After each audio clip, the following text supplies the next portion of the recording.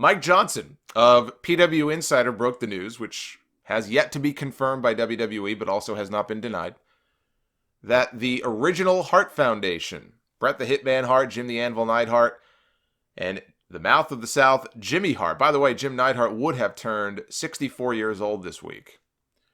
But they will all be inducted into the WWE Hall of Fame at the Barclays Center in Brooklyn the night before WrestleMania.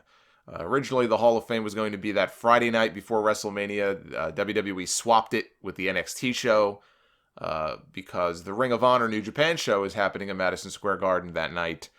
And they just didn't want to compete. And they wanted the fans, I guess, to be able to go to both shows. And so they swapped them out. But Johnson said, and of course, the Hall of Fame is competing with the ROH New Japan show, but the Hall of Fame is what it is. Johnson says that a contingent of Hart family members will be making the trip to New York City to attend the ceremony, so clearly they're already discussing their travel plans with people, which is, I guess, maybe, I don't know if that's maybe the reason why this news leaked. This is not the 1997 stable version of the Hart Foundation, so it does not include Owen Hart, it does not include the British Bulldog, and it does not include Brian Pillman, all of whom deserve induction at some point into the Hall of Fame. Now, they could have inducted them as a group and just not acknowledged Owen. That just wouldn't feel right. I mean, I saw some people suggesting that there's certain kind of underhanded ways you could do it, I guess, where you're inducting Owen, but not loudly inducting Owen. It wouldn't feel right to me. As a fan, I feel like it just would not be right. I would hate to see some kind of silent induction for Owen Hart. They have these legacy inductees. It may just get to a point where one day they have Owen Hart as a legacy inductee. The legacy inductees are usually older stars who have since passed away, not necessarily very big names or names that the current audience would be familiar with. And maybe they didn't even do a lot in WWE, but they were big names in the business. And they have this group of, I don't know, maybe 5 or 6 legacy inductees every year. They just sort of announce them. It may get to a point at some point where Owen Hart is a legacy inductee, and I think that would be pretty shitty too, but it's a tough spot for them to be in. If he's going to go in, I think he needs to be acknowledged the right way. And you can't do a Hart Foundation group induction without, including tons of footage of him in the induction video. I'm sure Martha Hart would pitch a fit. She'd put a press release out about the whole thing, and that just is not the kind of publicity that this company is looking for. I think this all but eliminates the possibility of the Hart Foundation ever going in as a faction into the Hall of Fame, because do they really want to put Bret Hart in the Hall of Fame 3 times? I mean, look, I'm the biggest Bret Hart fan in the world. I've said many times, I mean, he's my all-time favorite. They could put him in the Hall of Fame 5 times for all I care. But WWE is not putting Bret Hart in the Hall of Fame 3 different times. That just sounds ridiculous. This is going to make his second induction into the Hall. He was first inducted in 2006. Same for Jimmy Hart. Jimmy Hart was inducted into the Hall of Fame in 2005, and he, I believe, becomes the first manager to get a second induction. The Anvil was never inducted. And, this really pisses me the hell off, because here we are yet again with a case of too little, too late. Neidhart just passed away last year, which is probably the only reason he is even going into the Hall of Fame this year. We've seen this before. We saw it with Randy Savage. They waited so long, and finally, they put him in, only after he's dead. A year ago, in January, there was a note in The Observer about Bret Hart really hoping that WWE would put the Hart Foundation into the Hall of Fame last year in New Orleans, because Neidhart was battling very serious health issues. We've since come to find out that he had early onset Alzheimer's disease and maybe other ailments as well. So he was having some pretty serious health issues at the time. And Bret was worried that if they didn't induct him then, he might not be able to enjoy it. He might not be able to come on stage and accept the honor, and that it really would mean a lot to him. Well, now he's dead. The Hart Foundation should have been in years ago. Look at Vader. Look at Vader. In 2016, Vader went on Twitter and said he had 2 heart doctors tell him that he had 2 years left to live. Less than 2 years, not even 2 years, less than 2 years left to live. A little less than 2 years later, he's dead. He had said, I'm hoping that I, have the one last chance to make an appearance in front of the fans, on stage. They had 2 chances in that time to induct him into the Hall of Fame, and they didn't do it. He wasn't persona non grata in the company. He made cameos. He was on Table for 3 on the network. He was working with them in different ways. They didn't put him in. You mean to tell me that Big Van Vader doesn't belong in the Hall of Fame? Again, all of these things you would think, well, here's why they didn't want him to go in. No. Vader's a big name. He worked for them, as well as not just Japan and not just WCW. And again, he was doing other things for the company. He wasn't, excommunicated from the company in some way.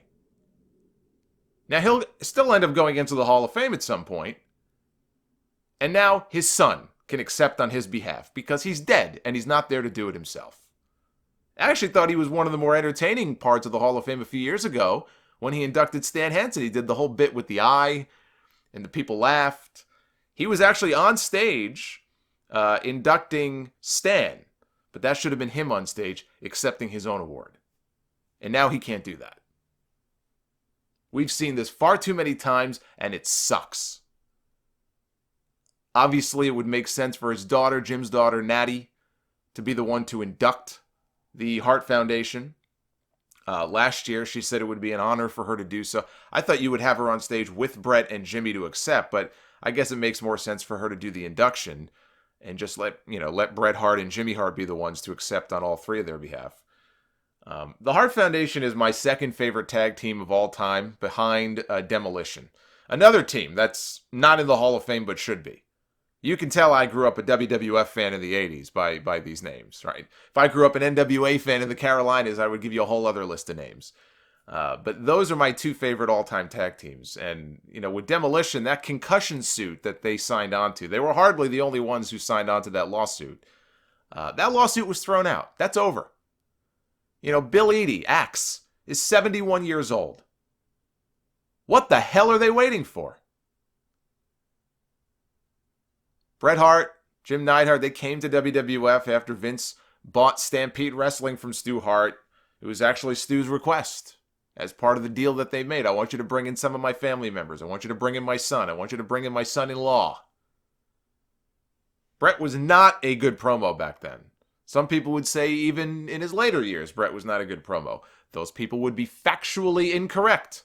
But you're entitled to your opinion. I still think you are factually incorrect. Bret Hart in 97? You're going to call him a bad promo? You don't know what the fuck you're talking about. But in his early years, absolutely, Bret was actually very cringeworthy on some of his promos. He's admitted he wasn't comfortable. He would wear the shades. You couldn't see his eyes, darting around in nervousness like he did in some of those other earlier promos that he used to do without the glasses. But it was the Anvil who sort of picked up the slack on promos and really, showed a lot of that personality that maybe Bret didn't have or Bret wasn't showing. But Bret absolutely got better as the years went on. He was never the best promo in the world, but you cannot objectively say that Bret Hart was a shitty promo or Bret Hart didn't know how to talk on the microphone. If you watch his work towards the end of his run in WWE, and frankly, even some of the stuff he did in WCW, I still howl when I go back and I watch the segment with him and Mean Gene. When he was talking, he was talking about Psychosis, and he was talking about El Dandy, and he was botching their names, and Bret had it in him. He doesn't get enough credit for it, but he absolutely had it in him, and he was a good promo there by the end. Very good promo, actually. But they held the tag team titles twice. The first time they beat the British Bulldogs. This was in 87. The matches those 2 teams had were just classics. They really carried a lot of those old WWF shows when they were working together. They were the workhorses. Those 2 teams were the workhorses on those shows. The match they had where they actually won the tag team belts the first time was really no good at all. That was largely because of Dynamite's injury. They took Dynamite out right at the start. He didn't do anything. He didn't take any bumps. His back was just totally thrashed. He had no business even being out there at that point. But they won their second tag team title from Demolition in a 2 out of 3 falls match at SummerSlam back in 1990. My favorite of all the Hart Foundation matches I've ever seen. A few months later, they dropped the belts to the Rockers at a TV taping, but the rope broke during the match, and the whole thing kind of fell apart. I can remember actually when, in later years, they finally released the footage, because that match was supposed to air on television, and they opted not to ever air it. But it's since been released on certain DVDs and such, and I can remember the Anvil loudly shouting "fuck" a whole bunch of times during that match after the rope broke. He was not a happy camper when that happened. But like I said, it never did air on TV. The Rockers actually did defend the tag team titles at least once, but for WWF, for whatever reason, decided not to air the title change, and they just gave the belts back to the Hart Foundation. So their reign has never officially been acknowledged for Michaels and Jannetty. But instead, they dropped the belts to the Nasty Boys at WrestleMania 7. Shortly after that, Bret launched his singles career. At SummerSlam that year, he won the IC title from Mr. Perfect. Now, they tried Anvil out as an announcer on Wrestling Challenge for a while. I guess that didn't work out because it was very short-lived. But then they paired him off with Owen Hart. They were going to try to recreate the magic of the Hart Foundation. They called them the New Foundation. It's like the New Coke. This worked out about as well as New Coke did. That only lasted a few months. He got fired. Came back in 94. They linked him back up with Owen, this time as heels. This was after Owen won the King of the Ring. Then he got fired again. This time for he was no-showing event, so they fired him. He came back again, this time as the infamous masked wrestler, Who. That was his name, Who. In 90s, he wasn't dressed up as an owl. People just didn't know who he was, even though it was patently obvious who it was under the mask. I mean, this guy, he's got a pretty noticeable figure and the beard and everything else. But yeah, they put him under a mask and they called him Who. And he was a job guy on Superstars for a while. This is back in 96. Who, of course, is a play off the famous Abbott and Costello Who's on First routine, which is still the greatest comedy routine of all time.